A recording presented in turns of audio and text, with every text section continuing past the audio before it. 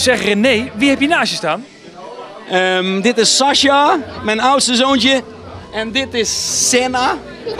Dat is mijn stoutste zoontje. Toch? En vind je het leuk om met je vader mee te gaan? Nee. Nee?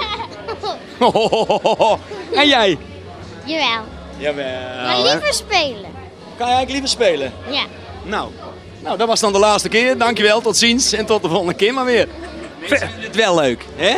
Ja. Want ze zijn helemaal fan van de gebroeders Co. En die treden er dadelijk ook op. We kunnen ons nog herinneren dat er ongeveer 5 jaar geleden toen nog eens een keer een mini-special bij jou is opgenomen. Waar de beide kids aan tafel zaten en luisterden naar de liedjes van pa.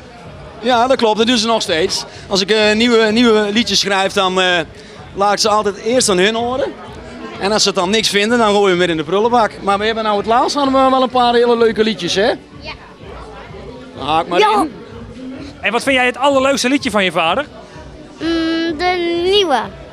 De nieuwe, maar die mogen we nog niet verklappen. Die komt er binnenkort aan. En jij dan, wat vind jij het leukste? Ook de nieuwe.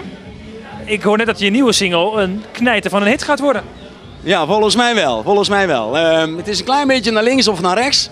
Het is, maar toch nog wel René Schuurmans. En nou, hun hebben hem goedgekeurd. Ze gaven hem een 9,5. Dus volgens mij, die plaat die hun gekozen hebben, dan gaat het een nieuwe single worden. Binnenkort. En is de nieuwe plaat van papa nog leuker dan de Gebroeders Co? Ja. Ja.